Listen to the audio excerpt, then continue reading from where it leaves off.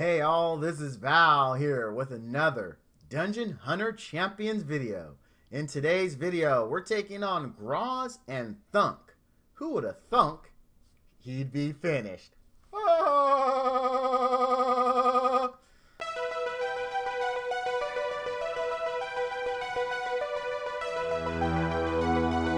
Alright. So, we made a decision in my stream of what 3 units I was going to 6-star. He was the first that I picked. I said, hey guys, I've been wanting to build them for a while, so he's the first. Help me pick the other 2. So it was really kind of unfair that I said I asked you guys to help me pick 3 units. Isn't it? You really only picked 2. But that's okay. That's okay. You still helped. So I got him done. I got him geared. I got him leveled. I even got some skill ups in this bad boy. Check this out. Look at that. Skill up, skill up, skill ups everywhere. He got a skill up. That got a skill up. His skill got a skill up. Wait, that last one is actually how it's supposed to work. The skill is supposed to get the skill up. Just so you're aware. Just so you're aware. So let's do like we do and get right into it. His first, and this is his normal skill. You don't need a cooldown for this. You know, he does this one. It just happens. You know, he does the thing where it just happens. You know, that happens on this skill, which is where it happens on the skill. So on this, it's called blowgun / chomp. So shoots an enemy with his blowgun from a distance. Pretty straightforward. Ignoring 25% of the enemy's defense. If the enemy is close, the dinosaur bites instead, ignoring 50% of the enemy's defense and healing for a portion of the damage dealt. This is a pretty good ability, hits fairly hard. Range, you ignore 25%. Up close, you ignore 50% and you heal yourself. Let's take a look at the details. We can see that this is an attack scaling ability. No real clear definition of this. I mean, you have the standard, you know, anything could work right here. Mortal, adept, heck, brutal. I mean, any of this would work for this, just based off the first skill, right? So we're not really a lot of definition, but let's see what happens as we move on. His first active ability, meaning you got to press the button that's active. So it's like, oh, I got to hit the button, and it actively happens. I'm just messing with you guys. I'm in a good mood. Val's in a terrific mood. His first active, headbutt, level 3, because, you know, I skilled it up. I'm messing. I'm gonna stop. A close range headbutt from the dinosaur that damages target enemy and knocks it away, instantly resetting the cooldown of paralysis dart. Deals additional damage and stuns when the enemy lands. Ignores 25% of the enemy's defense. Here it's an attack scaling ability. It can only stun, it stuns for 0.20 seconds. That's not bad. And it's enough to interrupt them, right, to get the job done. So no big deal. And of course it ignores defense.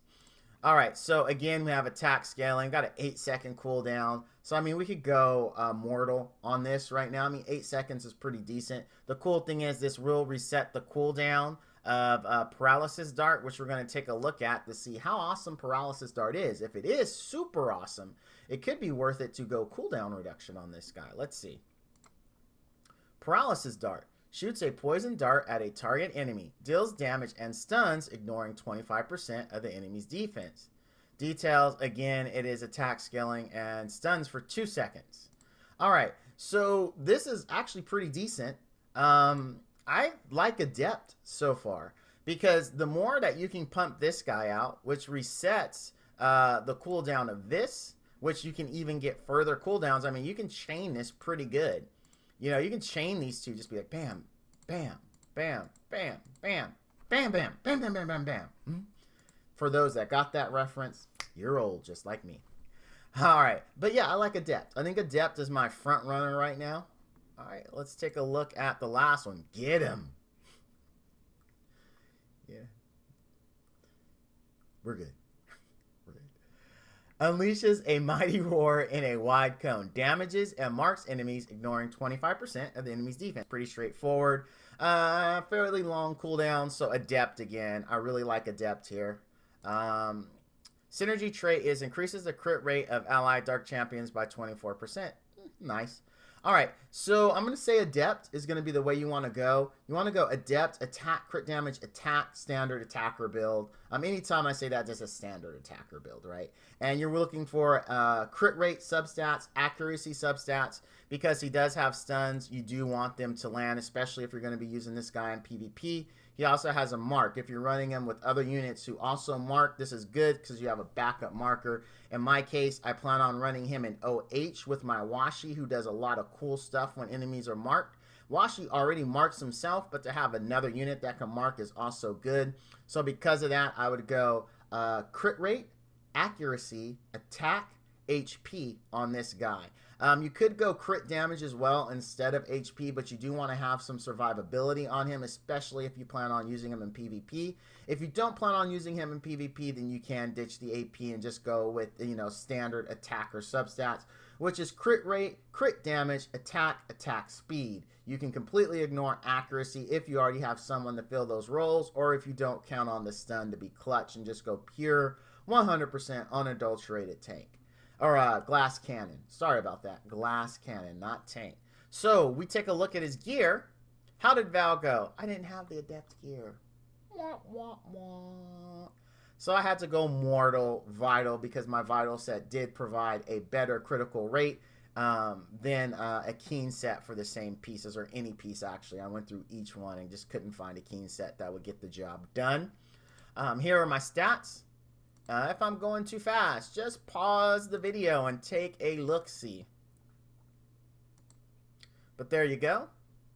Now, here's the raw numbers. Here's the good stuff. So we got 35k max HP, which I'm very happy with for an attacker. I like 30 to 35k. I prefer 35k. That's the go-to number for me. I do prefer 1k defense, even if I'm not using it in PvP. But we're at like 918 here. It's close, but what they say, no cigar. I still don't get that. If you actually get the close but no cigar thing, please let me know. Crit rate. So I came up short. You guys know I like 85% if I'm going a crit damage build. I only got 83%. I'm very not happy with that. Resistance is okay. 1700 attack. I did want 2k attack, but this was the best I could do with the gear I have. I really didn't focus on attack speed. I did get some crit damage. I do like to get 100% at minimum. As you can see with these three stats here, I was almost there, but not exactly. And I really didn't feel like I needed to bank on his mark or his stun. Especially because I'm going to use him a lot in PvE, and bosses can't be stunned. So, I mean, it really doesn't help. The mark would be efficient, but I have other units that can mark with higher accuracy. So I was like, I mean, if he gets a little, he gets a little. If he gets none, he gets none. What would I do different? Because I always tell you guys how I would like to improve this, especially if you're running it. Because we're going to be doing a test, please keep in mind, all these tests are based off of these stats. If your stats are better, you're going to get better results. If you like what you see here and you know you have better gear, that means you're definitely going to like what you see with your gear. So what would I do different? A touch more defense. I would like to get over that 1k mark. I would like 100% crit. Obviously, you guys know I am very, very big on crit rate. I would like about 300 to 400 more attack. I'm okay with attack speed, although some may not be. So if you feel like he does need attack speed, please do not sacrifice your shoulder slot. That's just, you're losing 63% attack on a 6-star piece. It's just not worth it.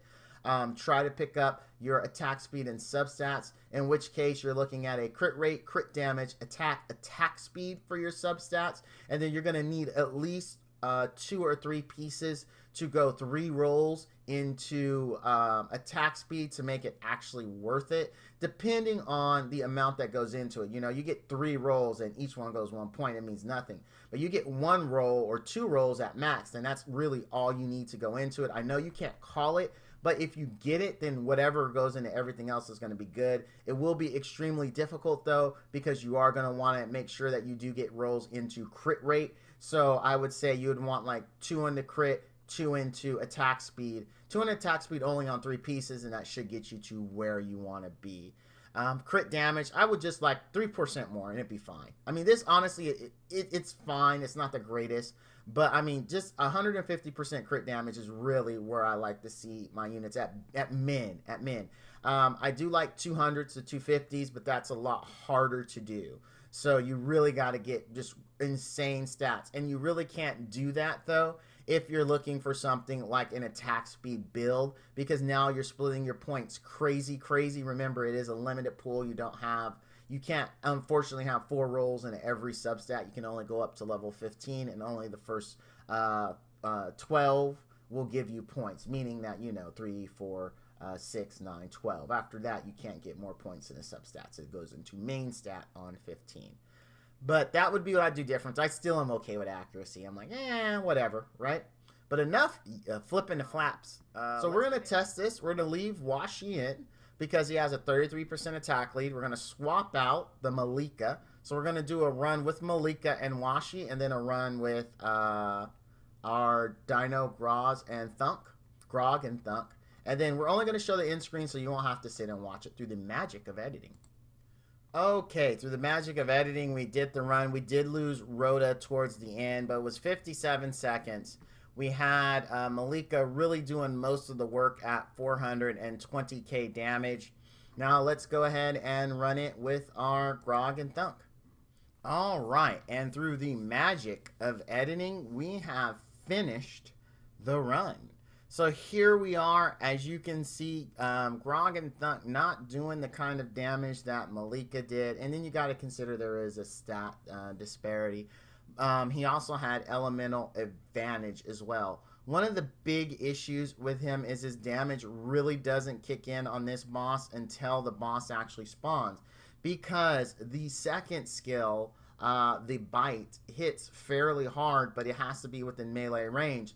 Throughout the whole time, basically, he was sitting out at range on the waves, you know, doing his roar, doing the single shots, the distance shots. So he wasn't really doing max damage until the boss spawned.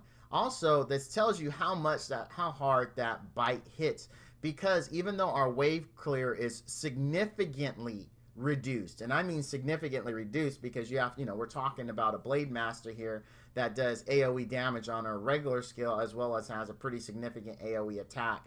Even considering that, we still have the exact same clear time, because once the boss spawned, that was where Grog and Thunk was able to make up for it. Pretty much it was Rhoda and Washi pulling the line here to actually clear the waves to get him to the boss so his damage could shine. So don't let those numbers mislead you and thinking, he didn't do what he needed to do. He did, it's just it really didn't happen until the boss spawned. That's the thing, because now he's up close. He's always using his bite. He's chomping. So overall, I mean, it's still better to run a Blade Master here, but if you have him, he is effective.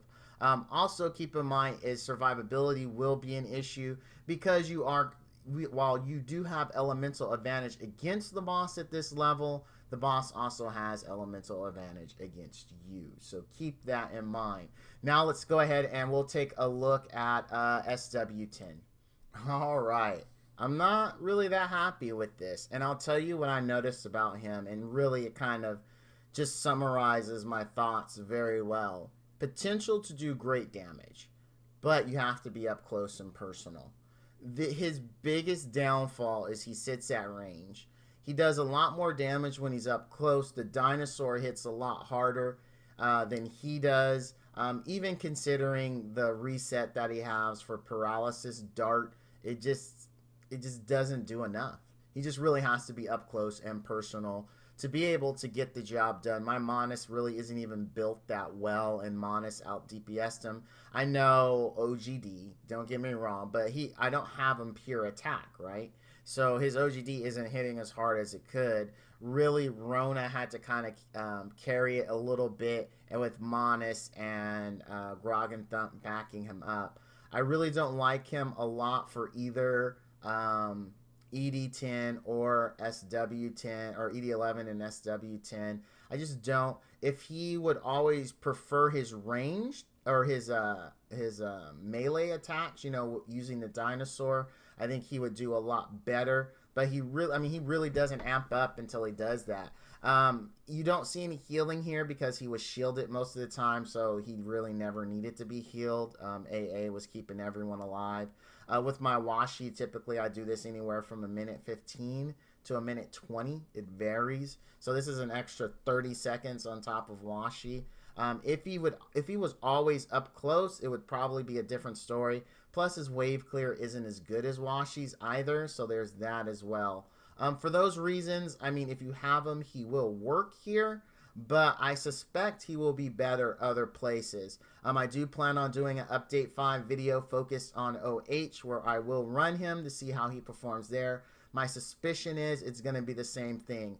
Groz and Thunk, and probably I would dare say the rest of the Dino Kid family, really needs to be up close and personal to shine.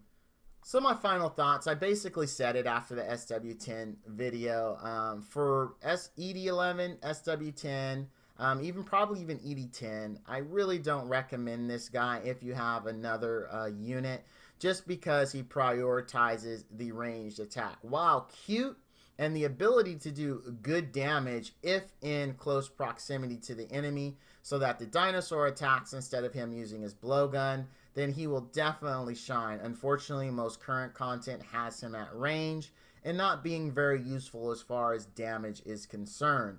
For that reason, again, I would recommend going with someone else over this unit. However, if he is what you have, he will work. Don't get me wrong, he will work. He's not the best at what he does, but he will get the job done for you. That's going to do it for this video. Stay tuned for more videos regarding units and Update 5 here in the future. As always, thank you for watching, and all you dudes and dudettes out there, stay frosty.